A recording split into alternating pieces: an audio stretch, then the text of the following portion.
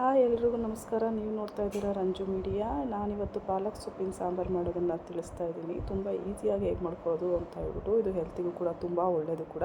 ಮೊದಲಿಗೆ ಪಾಲಕ್ ಸೊಪ್ಪನ್ನ ಚೆನ್ನಾಗಿ ಬಿಡಿಸಿ ತೊಳೆದು 2-3 ಸರಿ ತೊಳೆದು ಫ್ರೆಶ್ ಆಗಿದೆ ಇಟ್ಕೊಂಡಿದ್ದೀನಿ. ಈಗ ಒಂದು ಕುಕ್ಕರ್ಗೆ ನಾನು ಸ್ವಲ್ಪ ತೊಗರಿಬೇಳೆ ಮತ್ತು ಸ್ವಲ್ಪ ಅವರೆಬೇಳೆ ಎರಡನ್ನೂ ಮಿಕ್ಸ್ ಮಾಡಿ ಚೆನ್ನಾಗಿ ತೊಳೆದು ಕುಕ್ಕರ್ಗೆ ಹಾಕ್ಕೋತಾ ಇದ್ದೀನಿ.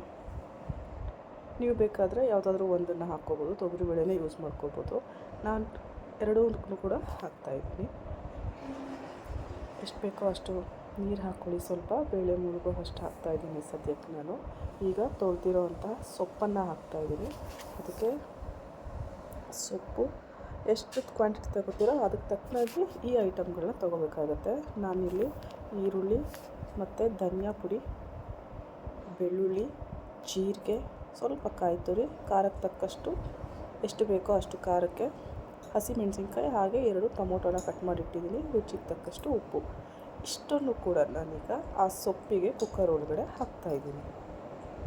ನೀವು ಜಾಸ್ತಿ ಮಾಡೋವಾಗಿದ್ದರೆ ಇದನ್ನೆಲ್ಲ ಇನ್ನೊಂದು ಸ್ವಲ್ಪ ಕ್ವಾಂಟಿಟಿ ಜಾಸ್ತಿ ಮಾಡ್ಕೊಳ್ಳಿ. ಜೀರಿಗೆ, ಬೆಳ್ಳುಳ್ಳಿ, ಹಸಿಮೆಣಸಿನ್ಕಾಯಿ ಪ್ರತಿಯೊಂದನ್ನು. ನಾನಿಲ್ಲಿ ಒಂದು 3 ಜನಕ್ಕೆ ಒನ್ ಟೈಮ್ಗೆ ರಾತ್ರಿಗೆ ಮಾತ್ರ ಆಗೋಷ್ಟು ಸಾಂಬಾರನ್ನ ಮಾಡ್ಕೊತಾ ಇದ್ದೀನಿ. ಹಾಗಾಗಿ ನಾನೆಲ್ಲ ಕಡಿಮೆನೇ ತೊಗೊಂಡಿದ್ದೀನಿ. ನೋಡಿ, ಎಲ್ಲನೂ ನೀಟಾಗಿ ಬೇಳೆ, ಆಮೇಲೆ ಸೊಪ್ಪು, ಸ್ವಲ್ಪ ನೀರು, ಈಗ ಈರುಳ್ಳಿ, ಟೊಮೊಟೊ, ಜೀರಿಗೆ, ಮೆಣಸಿನ್ಕಾಯಿ, ಧನಿಯಾ ಪುಡಿ ಎಲ್ಲದನ್ನು ಸೇರಿಸಾಗಿದೆ.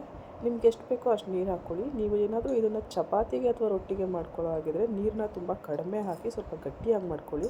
ನಾನು ಇದನ್ನು ರೈಸಿಗೆ ಮಾಡ್ತಾ ಇರೋದ್ರಿಂದ ನೀರನ್ನ ಸ್ವಲ್ಪ ಜಾಸ್ತಿನೇ ಹಾಕ್ಕೋತಾ ಇದ್ದೀನಿ. ಸಾಂಬಾರು ತೆಳ್ಳಗೆ ಬೇಕು ನನಗೆ, ಸೊ ಹಾಗಾಗಿ 2 ವಿಷಲ್ ಮಾಡ್ಕೋತಾ ಇದ್ದೀನಿ. ತುಂಬಾ ಟೇಸ್ಟಿಯಾಗಿರುತ್ತೆ, ಹೆಲ್ತಿ ಕೂಡ. ಈ ಬಿಸಿಲಿಗೆ ಏನೇನೋ ಸಾಂಬಾರು ತಿನ್ನೋದಕ್ಕೆ, ಮಸಾಲೆ ಎಲ್ಲ ತಿನ್ನೋದಕ್ಕೆ ಸ್ವಲ್ಪ ಕಷ್ಟ ಆಗುತ್ತೆ. ಸೊ ಹಾಗಾಗಿ ಈ ಥರ ಈಸಿಯಾಗಿ ಮಾಡ್ಕೊಳ್ಳೋ ಅಂಥದ್ದನ್ನು, ಸೊಪ್ಪಿಂದ ಹೆಲ್ತಿ ಫುಡ್ನ ನಾನು ಕೂಡ ರೆಕಮೆಂಡ್ ಮಾಡ್ತೀನಿ. ಸೊ ನೋಡಿ, ಬೆಂದಿದೆ, ಚೆನ್ನಾಗಿ ಬೆಂದಿದೆ. ಈಗ ನೀವು ಇದನ್ನು ಸ್ಮ್ಯಾಶರ್ ತೊಗೊಂಡು ಹಾಗೆ ಸ್ಮ್ಯಾಶ್ ಮಾಡ್ಕೋಬೋದು. ಇಲ್ಲ ಅಂದರೆ ಈ ರೀತಿ ಒಂದು ಮಿಕ್ಸಿ ಜಾರಿಗೆ ಅದನ್ನೆಲ್ಲ ಹಾಕ್ಕೊಳ್ಳಿ. ಸೊಪ್ಪು, ಟೊಮೊಟೊ, ಈರುಳ್ಳಿ ಎಲ್ಲನೂ ಹಾಕ್ಕೊಂಡು ತರಿಯಾಗಿ ರುಬ್ಕೋಬೇಕಾಗತ್ತೆ. ಬೇಕಾದರೆ ನಿಮಗೆ ನುಣ್ಣಗೆ ರುಬ್ಕೋಬೋದು, ಬಟ್ ನಾನು ಸ್ವಲ್ಪ ತರಿಯಾಗಿ ರುಬ್ಕೋತೀನಿ. ಮಸೊಪ್ಪು ಟೈಪು ಸಾಂಬಾರು ಆಗಿರೋದ್ರಿಂದ ತರಿಯಾಗಿ ನಮಗೆ ಬೇಕಾಗಿದೆ. ನೋಡಿ, ಈ ರೀತಿ ರುಬ್ಕೊಂಡಿದ್ದೀನಿ. ರುಬ್ಕೊಂಡಾದಮೇಲೆ ಇದು ಸಾಂಬಾರು ರೆಡಿ ಇದೆ. ಈಗ ಇದಕ್ಕೆ ಒಂದು ಒಳ್ಳೆ ಒಗ್ಗರಣೆ ಕೊಡಬೇಕಷ್ಟೆ. ಪಾತ್ರೆಗೆ ಸ್ವಲ್ಪ ಎಣ್ಣೆ ಹಾಕ್ಕೋತಾ ಇದ್ದೀನಿ, ಸಾಸಿವೆ ಹಾಕ್ಕೋತಾ ಇದ್ದೀನಿ,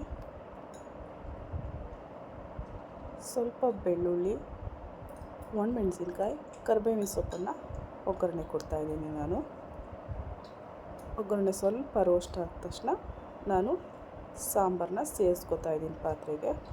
ಅಂದರೆ ಕುಕ್ಕರಿಂದ ಬೇರೆ ಪಾತ್ರೆಗೆ ಶಿಫ್ಟ್ ಮಾಡ್ಕೊತಾ ಇದ್ದೀನಿ ಆ್ಯಕ್ಚುಲಿ ನಾನು. ನನಗೆ ಸಾಂಬಾರು ಸ್ವಲ್ಪ ತೆಳುವಾಗಿ ಬೇಕಂತ ಹೇಳಿದ್ನಲ್ಲ ರೈಸಿಗೆ, ಸೊ ಹಾಗಾಗಿ ನಾನು ಸ್ವಲ್ಪ ತೆಳುವಾಗಿ ಈ ಕನ್ಸಿಸ್ಟೆನ್ಸಿಲಿ ಮಾಡಿದ್ದೀನಿ. ನೀವು ಚಪಾತಿ ಮಾಡ್ಕೊಳ್ಳೋದಾದರೆ ದಯವಿಟ್ಟು ಗಟ್ಟಿಯಾಗಿ ಮಾಡ್ಕೊಳ್ಳಿ, ತುಂಬ ಚೆನ್ನಾಗಿರುತ್ತೆ, ತುಂಬ ಟೇಸ್ಟಿಯಾಗಿರುತ್ತೆ. ಸಾಂಬಾರು ರೆಡಿ ಆಯಿತು, ಸ್ಟವ್ ಆಫ್ ಮಾಡ್ತಾಯಿದ್ದೀನಿ. ನೋಡಿ ಹೇಗೆ ಕಾಣಿಸ್ತಾ ಇದೆ ಅಂತ.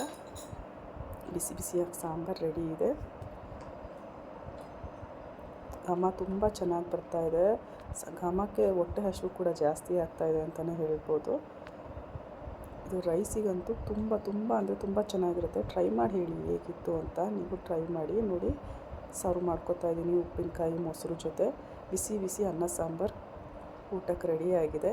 ನಾನು ಈ ಉಪ್ಪಿನಕಾಯಿ ರೆಸಿಪಿ ಕೂಡ ಹಾಕಿದ್ದೀನಿ, ಮಾವಿನಕಾಯಿ ಉಪ್ಪಿನಕಾಯಿ ಅದು. Thank you for watching.